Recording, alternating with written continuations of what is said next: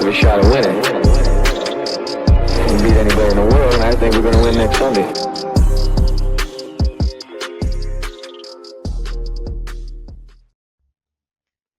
And welcome back to the New York Jets Atlantic Flight Podcast. As we said last week, we are going to be talking about the undrafted free agents. We're not going to rattle on too long about this because we don't even know if they're going to stick. But these are just some of our thoughts on what we think might happen. Timmy's going to open up the batting, as we say over here. He's going to start with the defense. Ryan's going to come in with special teams /D/O kind of a player. And then I'm going to finish off with an offensive player. Timmy's going to open it up. Timmy, what have you got for us? So I think pre-draft we all expected that we would take a defensive tackle, and we didn't. And so I think the fan base has been quite excited that we have a couple of defensive tackles that have come in as UDFAs. And today I'm going to just talk a little bit about Fatorma Mulba. Well done. It's probably terribly incorrect, but my laptop just started levitating as you said that. Well, he has fat in his name, which is always good for a defensive tackle. It's a good start. One of the things about him actually is he's not so fat for a defensive tackle. He's 6'3" and he's 305 pounds, which is kind of similar, I suppose, in size to Quinnen. And for me, I was kind of hoping we would maybe bring in somebody maybe 20, 25 pounds heavier that's a run stuffer. For me, Mulba kind of, I think, might be part of a rotation with Quinnen as opposed to being the guy beside him.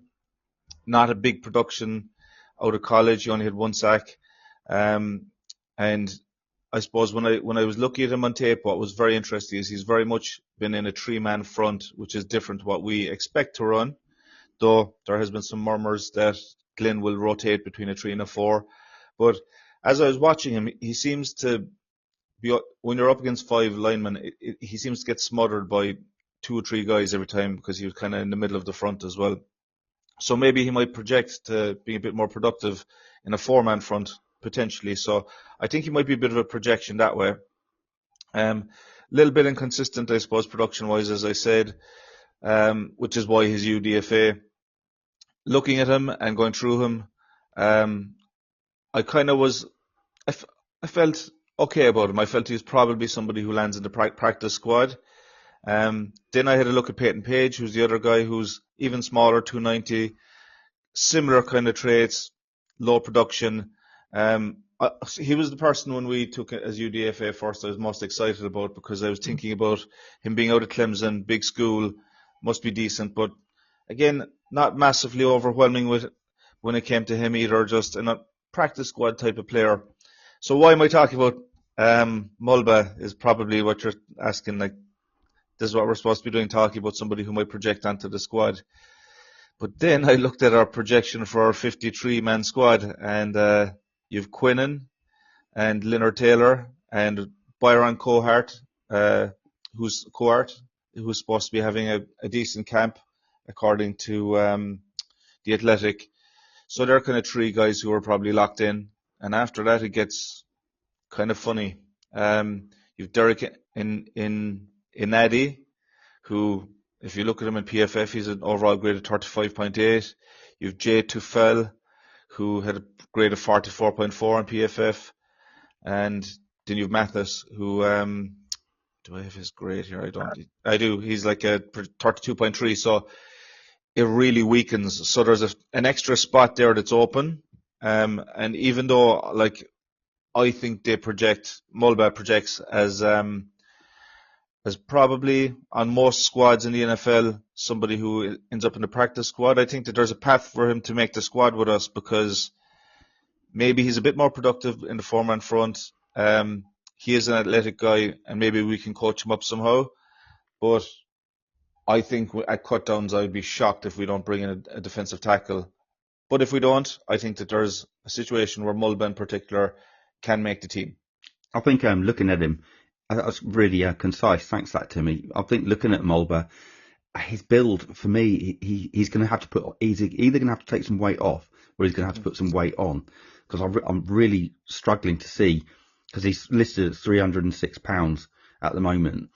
But I'm struggling to see if you're going to be an interior D-line you're too light. If you're edge, you're too heavy. So I'm really not sure. You just mentioned how many players we've got. We've actually got a total of 16 listed D linemen at the moment. That's including edges as well.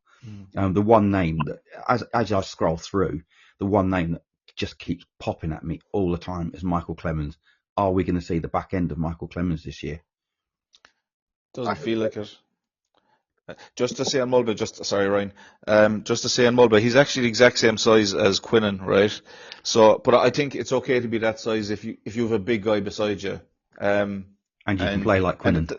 Yeah, and that's why I think he'll rotate in and out with Quinnen if he makes the group, which is kind of what Leonard Taylor should be doing as well. So, Cohart seems to be the best guy against the run, so maybe he ends up there. And as I said, Zach Rosenblatt said the other day that he's looking like somebody who might end up beside Quinnen, but it's a weak position group. Sorry, Ryan.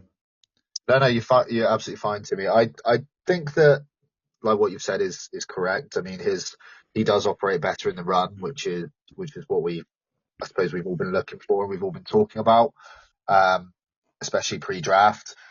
I think the names you've listed off, like you say, Byron Cowart is probably the best of an average bunch there. I do like the look of Derek Nady, though. I think that he has the opportunity to make the roster, and I think sometimes these PFF grades, I mean, I need to dig in deeper, but they can be watered down by potential roles and reps that maybe they wouldn't excel in. And I think that this coaching team is going to look at putting guys in the right places for the right skill sets they have. I think we're going to see an interesting, like you said, that we've seen there's talk that we could be a 3-front mix in with a 4-front and stuff like that. So I think that there will be opportunities for guys like Fatoma Mulba to come in and do something. I think you're right. I think he'll latch onto the practice squad. I think those guys that you've listed will probably take those spots. Maybe one gets cut, maybe two gets cut. But yeah, it's not great as far as the list goes right now. But I also feel like there's a few of the guys they did sign, and I felt a bit like that. And I see how they're operating in OTAs, and I see some of the things they're doing, and I think that, okay, they've seen something there. They've seen a skill they like. And then the more you dig into these players, they've all got that intelligence. And I suppose that's probably similar to Mulba as well. He seems to have that intelligence for stopping the run, but he's not big enough to break through double teams. He's not strong enough or got the guile to finesse through guys. So as a run stopper, he could operate. I think if he makes the squad, and I think this will be a similar role to what we see of Nady, he'll probably be brought in to just stop the run on a clear run play. It's going to be situational at this level, and I think that's fine. Again, it's a UDFA. If he latches onto the practice squad, steps up when he's needed, and he comes in a situational role and makes the play he's supposed to, then fantastic. That's all we need from him, really. Yeah, and Cohart has a decent run defense grade, right? He's 63rd of 219 defenders, and his overall grade is 86 out of 219. So he's decent against the run. So maybe he rotates with him because Mulba, even though he is kind of, like I said, similar to Quinn in size profile-wise, and he's actually similar size profile-wise as Cohart as well. He is decent against the run. That's kind of his strength. So I think for us in the next few months, it's going to be very interesting to see when camp really takes off properly what the run defense is going to look like, because it's looking like a challenge down the at least. And I know we're going to blitz more, so maybe that helps. But it's the most interesting position for me. Everybody's talking about safety, but I think this is where at cutdowns, when we see other teams let guys go, people who might have a stronger D line, this is where I'd be really focusing on, even more so than safety. Everybody's talking about the safety room, but I think we've options there. But I just think we're very light in the middle of the defensive line. I think you've just actually touched on something. Oh, by the way, I just want to update. It was not 16; it's got 17 because officially on the Jets website, JJ is not added in. So obviously being on IR. So we've actually got 17. Officially, we've only got 3 edge rushers as well: Will McDonald, Braden McGregor, and obviously JJ as well. But I think you've just hit on something. And I think we are still statistically on roster light in the middle, stopping in the run, which is going to be a massive headache if this isn't addressed. But I think schematically, when you're looking at a lot of these players, they are reasonably light. We know from what Glenn ran in Detroit, schematically, again, they run this like nickel hybrid, 4-3 nickel hybrid kind of offense. And sometimes you're getting these players, particularly on the edges and linebackers as well, playing out in space. And we've just drafted Mauga out of Miami. He's got massive amount of speed and acceleration. And we know what Quincy can do in the backfield. Sherwood, I think, is going to take another step forward. If you thought we'd seen the best of Sherwood last year, I think he's going to up his game even more. He's going to be shifting into sixth. So I see Sherwood getting even better this year. I think we are going to be a team that applies a lot of pressure from all kinds of situations. Again, looking at Detroit, we had safeties blitzing. Everyone was blitzing, so you don't know where it's going to come from. Lot of coverages that were disguised as well. So I honestly, I'm looking at these guys and I just think you might have a chance, you might have a chance, you might have a chance. I wouldn't rule anything out at the moment. A lot of analysts are predicting Leonard Taylor III is going to have a breakout year as well. I have to say, following him on Twitter, he seems pretty confident. He's posting a lot of stuff with his workouts, and he's getting filmed in OTAs and that, and he's posting that, and he does look really, really good. So I think he did look good in spaces as well last year. So fingers crossed for him. I think he does make that 53, but it's going to be interesting. We do need, primarily, there isn't a Jets fan on this planet that doesn't know we need to stop the run. And looking at what we've got right now, it doesn't look like we've addressed it. Yeah, I'm inclined to agree on Leonard Taylor as well. I think he's looked really up for it this year as well. But yeah, I think it's gonna be tough for any of these guys to make through the practice squad, from the practice squad up to the main roster. But I agree with what everybody said here. The D line looks like a really weak room right now. Yeah, just as you touched on linebacking room there, Zaire Barnes is somebody I've heard nothing about yet, and he's somebody who used to shoot the gap a bit when he was in college. So it'd be interesting to see. We've heard nothing about him since he was drafted, really. So he's somebody maybe to keep an eye on as we hit proper, as they get pads on and things kind of kick off. Maybe he's an extra player who we haven't thought about because he's just been never present, you know. I was quite disappointed because he actually had a really good preseason. Sorry, Ryan. He had a really good preseason last year, and then all of a sudden he just like disappeared. Don't know what the situation was there. But for me, Zaire Barnes, he's one of those linebackers. He can get in the backfield, but I think Barnes is better in coverage. His east-west speed is really, really good. So, and we have lacked that at times, especially when we had CJ Mosley coming to the end of his career.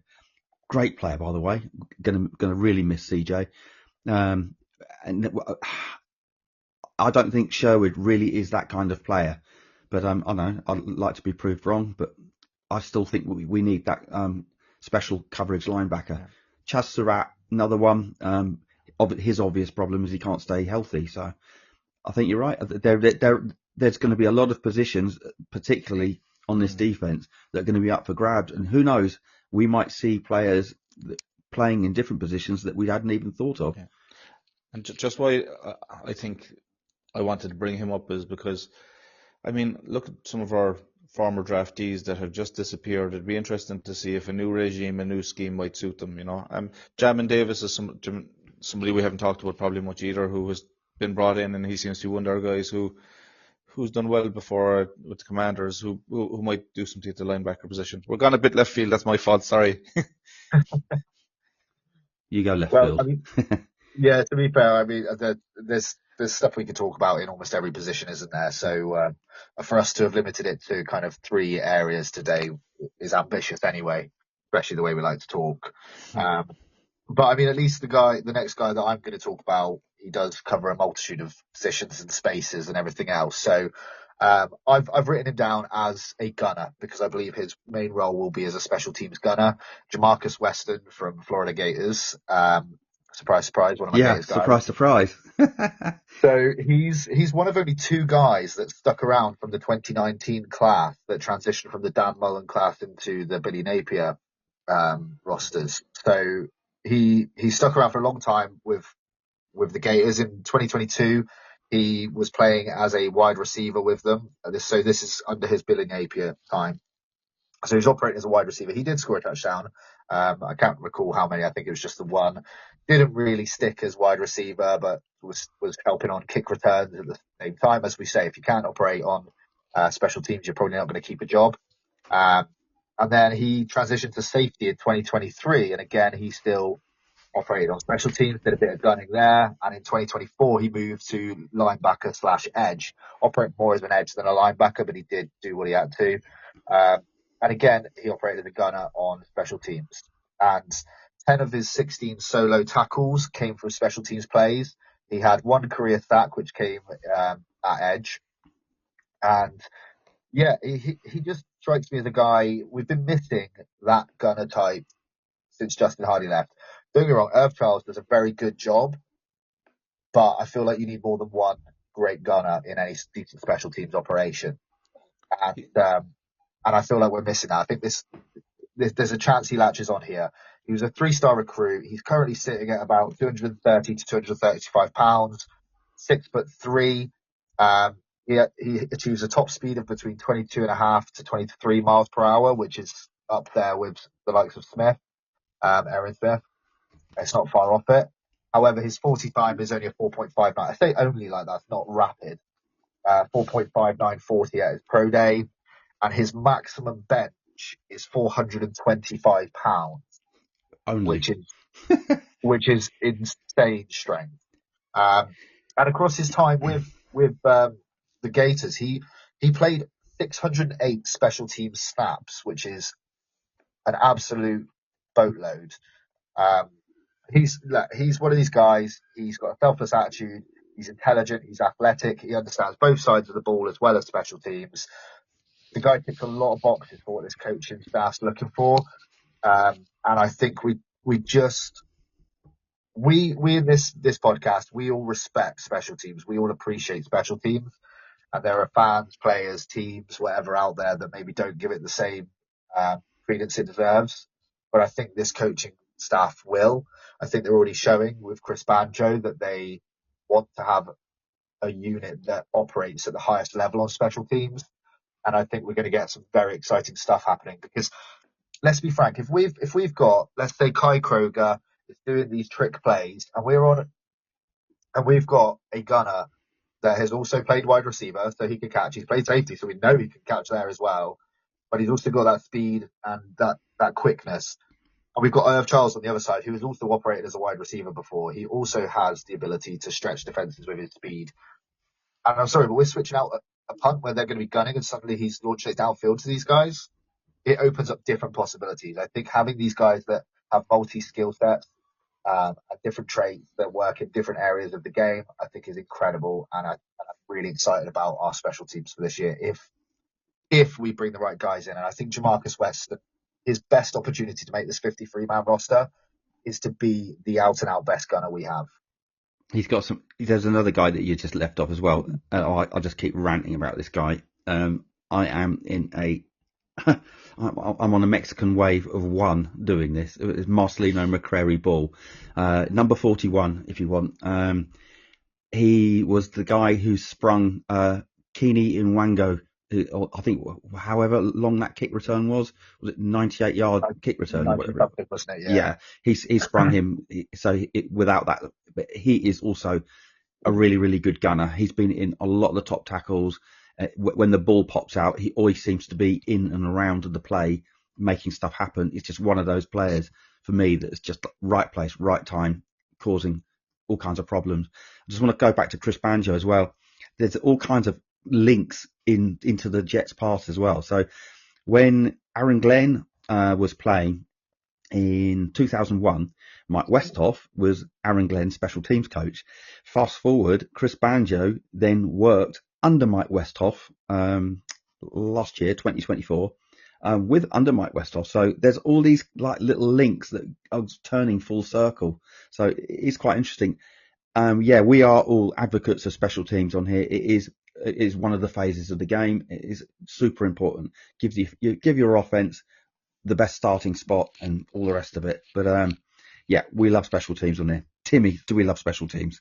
We do, and something that you both talked about gunners there. Irv Charles is going to come into the season injured as well. So unless, which they might, they want to use Arian Smith as a gunner, I think that there's definitely an opening for one of your two guys there to potentially make the 53 with that in mind. And maybe they don't stick long term, but just with Irv Charles out, I think that there is potential for somebody to be needed in that position. Yeah, good shout. So we've got anyone else wants to say on the rest of the special teams, or are we done with special teams? I think we could do a separate pod on the kickers, but Yeah, we could. So we'll just finish up with one for the offense. I'm going to pick a guy out. Originally, I thought he had a really, really good shot of staying on the 53. It's the offensive centre out of Purdue. He would have had a decent chance of making a 53, but after doing some research, now think that he's actually got some ways to go, and actually wouldn't surprise me if he actually gets cut a couple of times and then re-signed as the team does its usual roster gymnastics. The obvious problem there is he would be on waivers and liable to get poached. That said, I don't think that there's much chance of that. I'll explain. So as I said, he's out of Purdue, the Boilermakers, and he's a 6'5", 305 pound, which is fairly close to being a prototypical size and weight for a centre. But that said, just over 6 foot centres seem to have a pretty good career in the NFL, as they've got a pretty good low centre of gravity. See Kevin Marway. But then you've got Nick Mangold. So he was 6'4", 6'5". So it all depends on how you move, your body size, and all the rest of it. There's no exact science to playing centre, which is where he's projected.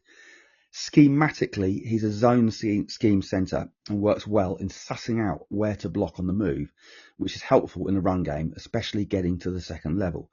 But right now, he's slightly under strength, which is going to be a problem moving forward, but he's still a young man. As with all the players drafted this year, he's got a great football IQ, which seems to be something that Aaron Glenn Muji is deliberately going after. He's got a tendency against more athletic and finesse pass rushers to get beaten, but rarely gets overpowered, which is odd considering he has below average strength. So put that down to good technique. When he does get to the second level, he's very patient and accurate when squaring up to the linebackers, which is right now his level, not defensive tackles.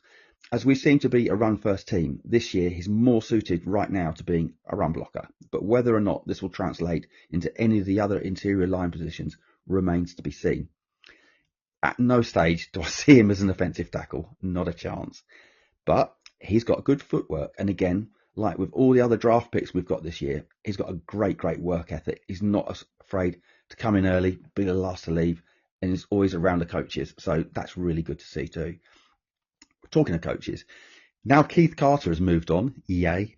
I'm hoping that new offensive line coach, Steve Hayden, can get the most out of him and develop him. It's going to be interesting because I think Steve Hayden primarily was a tight ends coach before this. So interesting. So to summarise on him, his strengths. He's got a good football intelligence and experience. He's got 48 college starts total. I think that's just over 5 years. He's got good reactive quickness, and if a second block is needed, he's got good feet to mirror the more athletic pass rushers, which is super important in the NFL, particularly on the inside. So outside pass rushers, not so good. Interior pass rushers,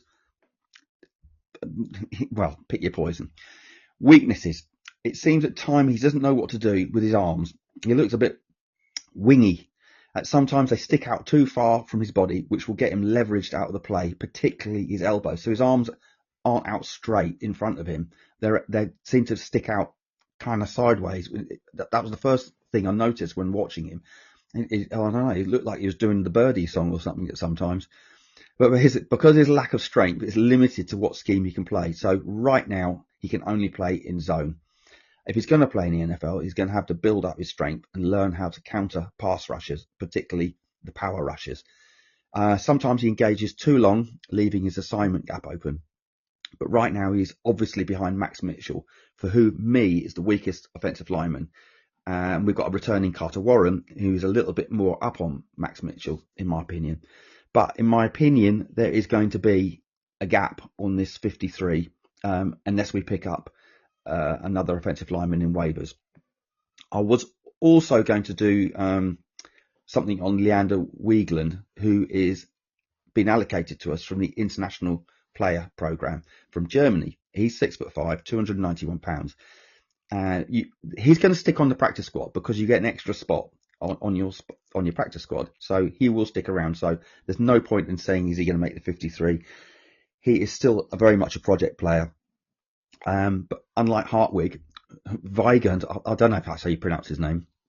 He's got plenty of strength. And I think Timmy said this the other week. He set a bench pressing record in the combine of 38 reps at 225 pounds, which is just insane. I think it's 5 more than the previous record. But I'll just finish by saying this. I have to say, for the first time for a very, very long time, it's looking like we've got a pretty decent offensive line going into next season. But it only took Joe Douglas 6 years to get that far. And now Darren Muji has put a bow on it, signing Membu in the draft this year. And it looks like the job's completed. But that's all I got for offensive line. And I don't think Hartwig is going to make the 53, although that's what this is meant to be about, unless he ups his game. But as I've said, he is a good hard worker. He's an intelligent person. And obviously, he will be in that weight room and he will be putting some weight on. So he has a chance. He has a chance. You've only got to beat out Max Mitchell, who at this point is on the 53. Who's got anything more on offensive? Anything on Hartwig? I can just kind of attest to what you've said. He's a UDFA, so he's always going to be a project player unless everybody's missed something, isn't it? But the things that stuck out to me were his work ethic, his IQ for football. He's academically intelligent as well, isn't he? He's not just playbook smart. So they like those high IQ guys. That's great. What you were saying about his arms, it was something I noticed as well, like flaring his elbows. Now, your strongest position in anything is the narrower, the more compact you are, isn't it? He just seemed to, when you said about the birdie song, I was like, that's spot on, because he really flares those elbows when he's battling, almost like he could be battling and be in a position to win, and suddenly those elbows come out and he's losing himself the one-on-one battle by doing it. And maybe that'll be fixed with coaching. And if that gets fixed with coaching, who knows where he could suddenly leap to just by being better in those one-on-one situations. But yeah, that with his hand placement, it's slight concerns, but they're coachable. They're coachable traits. You can't teach the intelligence. You can't teach someone work ethic. He's probably got about 50% of what you need at the moment. And as a UDFA, if he can get another 20% out of coaching and another 20% from hard work, and he becomes 90% of the article we need, then yeah, he's probably going to replace Max Mitchell, isn't he? I think with the arm thing, looking at it, what it looks like to me is the particularly some of the more elite pass rushers, they were getting into him sooner than he thought. So he was trying to get his hands closer to his chest to try and get between him and the defensive lineman coming at him. But obviously, so that kind of makes your arms go out sideways. So if he can just learn to extend as soon as the ball snapped, extend immediately rather than a millisecond later, trying to adjust to it. Because again, once that defensive lineman is in your grill, you've lost that hand battle, because he'll have hands on you and he'll be turning you, which is what happened a couple of times. And with that lack of strength as well, he's just not going to recover from it. But as you've said, I think with a little bit of guidance, a little bit of coaching, he can refine that technique. And I think once he refines that technique, I think he does stand a good chance. I think he has really, really good potential, and it's purely going to be down to him. If he doesn't make this team, it was down to him. You've only got to beat out Max Mitchell. So I'll stand by that one. So I haven't watched him, hands up on that, right? But he fits the profile. We've 3 guys who are going for that centre position, with Tippmann, who's 6'5", Josh Myers is 6'5", and Hartwig is 6'5". So we seem to like unusually tall centres. So just to say this, I suppose, I don't know if you've noticed during the week, but the talks coming out of OTA is that Tippmann isn't guaranteed the centre position as much as we would have expected. That Josh Myers, Zach Rosenblatt said the other day that they're not allowed to talk about who's taking first team reps, but he kind of hinted that it wasn't Tippmann when that's kind of reading between the lines. So I think that there's lots happening at centre, right? So I think that might be a challenge for him, unless he has kind of flexibility to move to guard as well. So yeah, so it's an interesting one. I think that's what's going to be a challenge for him. I think it's one of the positions where we actually have two guys which can start, which is good. Weekend, the international player is an absolute monster. He's a beast. I'm delighted we took him. He is somebody I think we give the most guaranteed money to of the entire UDFA group, maybe second to most. I think it's the most, which kind of tells you how much they wanted him. Definitely a project, but one to watch, I think. Yeah. Oh God, I can't remember what I was going to say now. Ryan, fill in because I can't remember what I was going to say. No, I agree with Wigan. Looks like a really great prospect. The strength of him and everything else, and coming through that player pathway, he's played at a reasonable standard in the EFL as well. So yeah, and I think having that free spot on the IPP on the practice squad just makes sense to keep him around and just see what we can make out of him. But he's got the raw talent. There's no question he's got those raw abilities that you're looking for someone on there. And I think we'd be silly year one to promote him to the 53. So that probably opens up the door a little bit more for Christ, I forgot who we're talking about now. Gus Hartwig. I think that probably opens the door a bit more for him because I think that with that space on the practice squad, there's no use rushing him into the 53-man roster unless you think he's going to need to play a starting role at some point due to injury or something else. So yeah, I think both guys look like they've got the opportunities ahead of them. But our O-line is in very good shape right now. Yeah, sorry, that was what I was going to remember before I forget it again. It was the Zach Rosenblatt article on Myers potentially starting. Oh God, not buying that at all. Myers apparently was not very good in Green Bay. I've not seen anything to say anything other than that. But we had this last year with Joe Tippmann. Apparently not being able to snap a ball properly in OTAs and TC, flying over people's head. I think with centre, it's one of those positions you're doing something completely different to what the other four linemen are doing. You're not just blocking players, you're snapping the ball as well. So as a centre, when you're snapping that ball and you are reacting the quickest out of everybody on that offensive line, but you've got to move that ball first, and then you've got to move your feet and your hands at exactly the same time, ready to engage that block. So you've got a fraction of a millisecond more than anybody else. And Tippmann, I think there's a shot. There is now. You've got someone like Kelsey who's retired now. All these offensive centres now. Everything's shifting around. Is there a good chance that Tippmann become Pro Bowler? Who knows? But I cannot see in this world, unless something happens to Tippmann physically, injury-wise, touch wood, hope that doesn't happen. I can't see anywhere in this world where Myers is replacing Joe Tippmann as centre this year. Not a chance. Totally agree. I'd agree as well. The reason that I think he's getting reps is because now he was bad in Green Bay last year. I think before that he was performing well, but he was Justin Fields' centre in college, so they're getting a bit of continuity there as well. True. So I think that's part of the allure. I agree. For me, it would be Tippmann. I love what we've done up front with the front five. But you know what? I don't hate the idea of us having competition either. So it's a nice problem to have. Yeah, I mean, hey, give him as many reps as possible. We know what we've got with Tippmann. Let's build up his confidence. And it helps Justin Fields. Really good point there, Timmy. It helps Justin Fields, helps him bed him in. It gives Justin Fields more confidence and someone getting the band back together, as they say.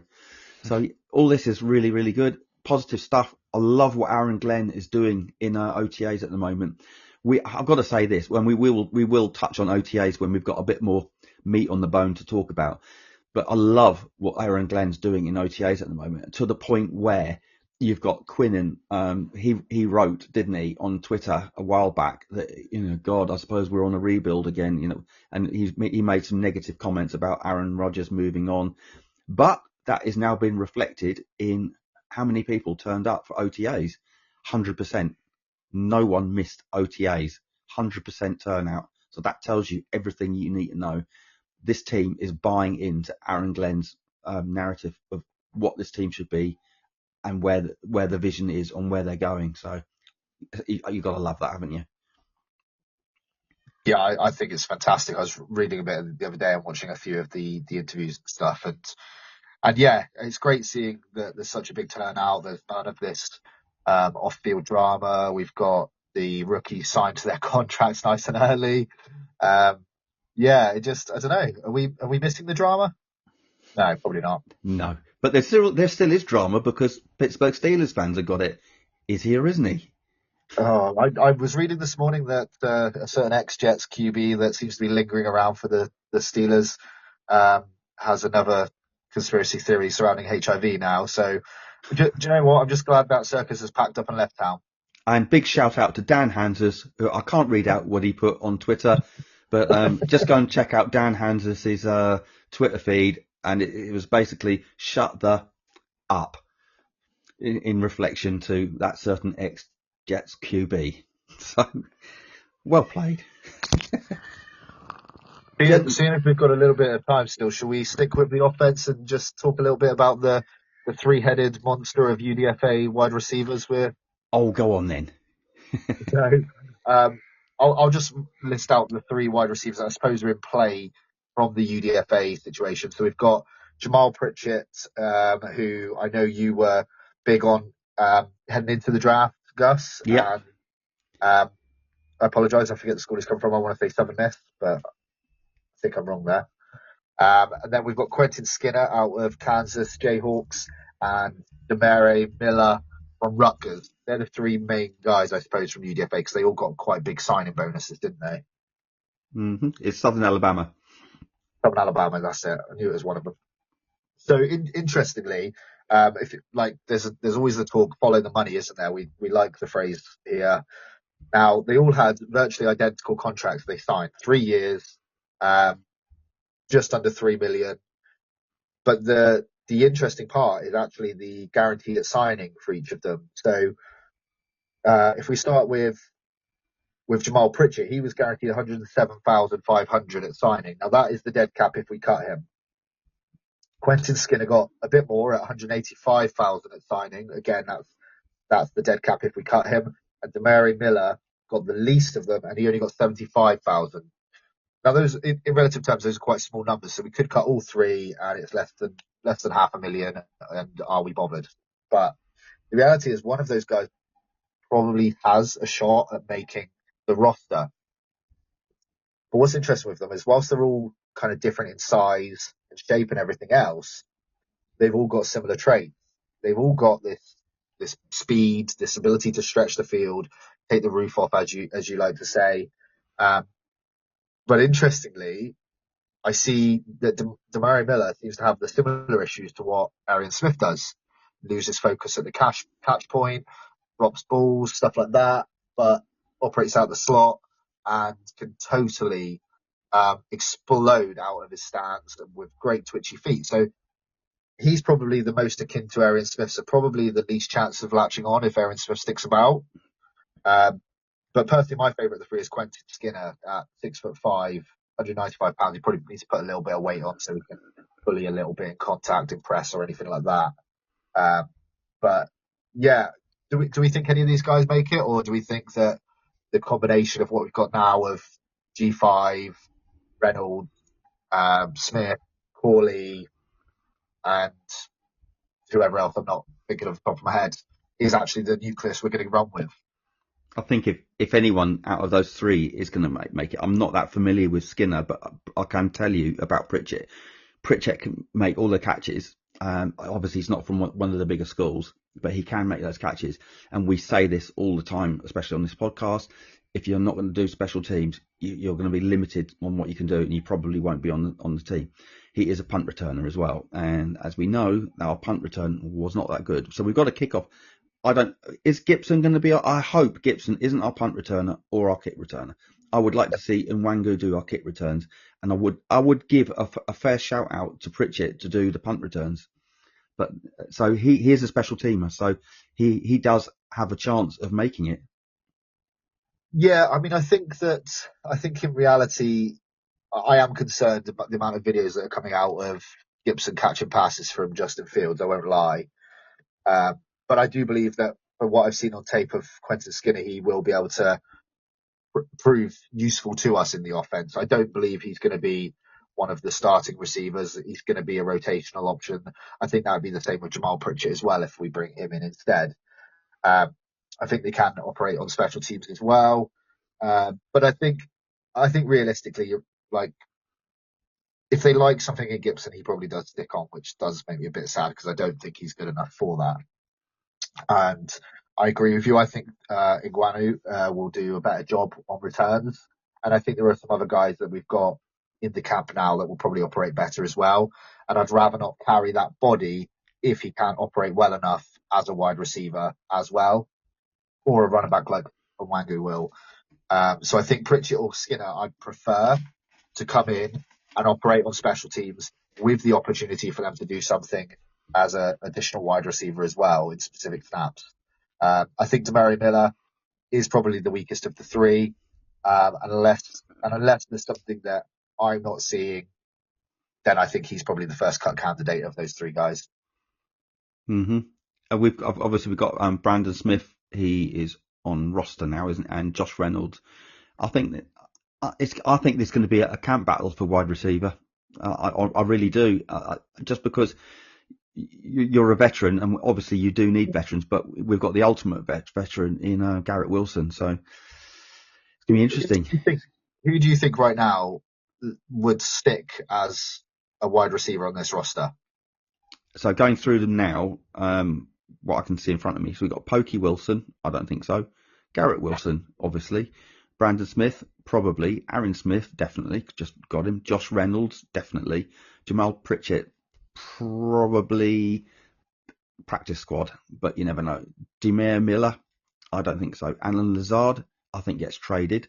Tyler Johnson, I don't think so. Xavier Gibson, he needs well. You know what? Last year was a down year for everybody, including Xavier Gibson.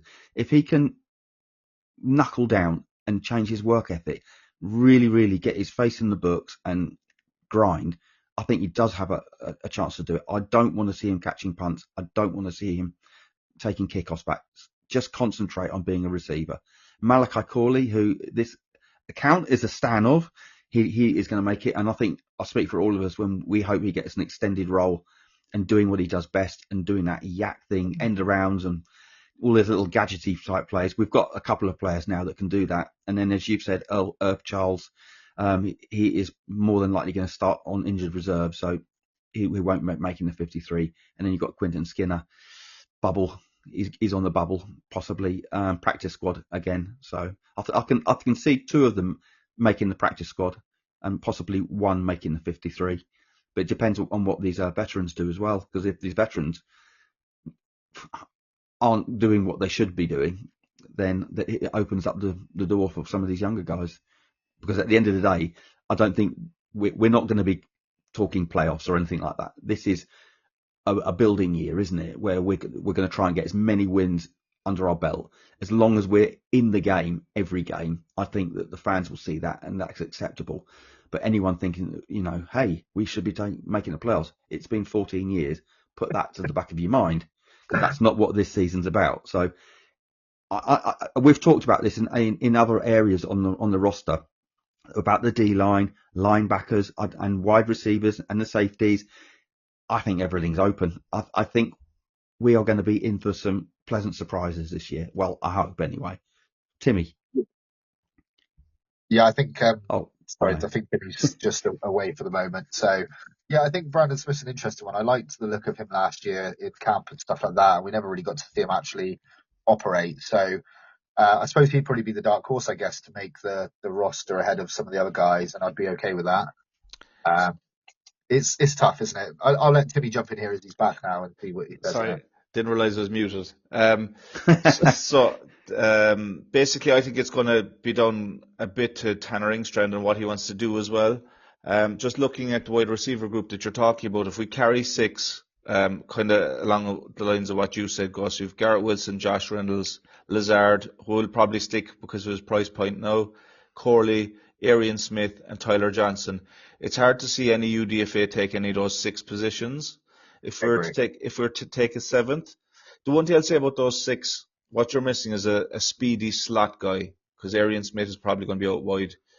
with that in mind, then you're looking at Xavier Gibson, and just looking at some stats then as well. You've got Demary Miller, who's a 4.32 40, and Pritchard is a 4.42, I think, and I can't remember Skinner's is 4.51. So Pritchard is, to me, Skinner is a guy who kind of finds the soft part of the zone. I think we have guys who can do that role already in that group. So then it's kind of down to Skinner or Miller, and neither is perfect, right? To Pritchard or Miller. Pritchard is only 5'8", 175 pounds, which is grossly undersized. But he's fast and can operate up the slot and has good hands. He catches almost everything. 4.2% drop rate. Miller is a little bit bigger. He's 5'11", 181, so a bit closer to an NFL profile. Still undersized, but his drop rate is 14.5%. So I think if one of the two of those can impress, that they have a better chance of beating out Xavier Gibson for a potential 7th spot. But Gibson's catching a lot of balls at the moment, to Ryan's point. Yeah, it's good. I think, as my point I've just made, I think that there are going to be some surprises in the training camp. So it's going to be interesting, isn't it, guys? There always are. And we've got cut downs still to come. There might be still some guys that pop up from cut downs. Oh, of course. Because I'll tell you now, if Torrey Horton hits the waiver wire, I'm phoning Darren Moody. I'm like, come on, mate, let's get it going. Do we think that we're going to take trade for? I'll cut to the chase. There's still speculation that Chris Olave could be a potential pickup. Do we think that could happen? I don't think so. I think the price will be too high. Given his concussion history, given he's due a contract next year, and given kind of everything that the Saints look like they're about to launch into, which is a very disgusting pit of abyss and misery at quarterback, I think that they will struggle to sell him and struggle to ship him. So, and I just don't think that we will want to pay the price that's going to be on the table for him. I think their GM doesn't like to move on his first round picks either. I think he's kind of stubborn that way. But I totally agree with Ryan. I just think we have too many mouths to feed. We have 3 first round picks who are due contract. A 4th one probably doesn't work. Also, I can't exactly remember how many draft picks we've got next year. I think we've got something like 4 round 6. We've got a 1st and a 3rd, or it's a 1st to 2nd, and we're missing a 3rd or a 2nd next year, and then we've got no 5th either. So we are going to be starved of draft picks next year as well, because of all these ridiculous trades that we made on an all-in year.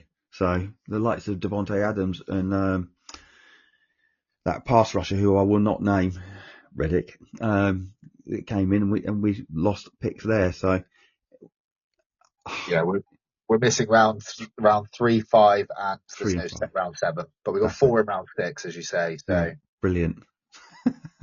And plus maybe comp picks will come into it. Oh yes, we do get comp picks. We might be getting I think somebody speculated we might get a 3rd for Reddick or a 4th for Reddick. So. It's a 4th for Reddick.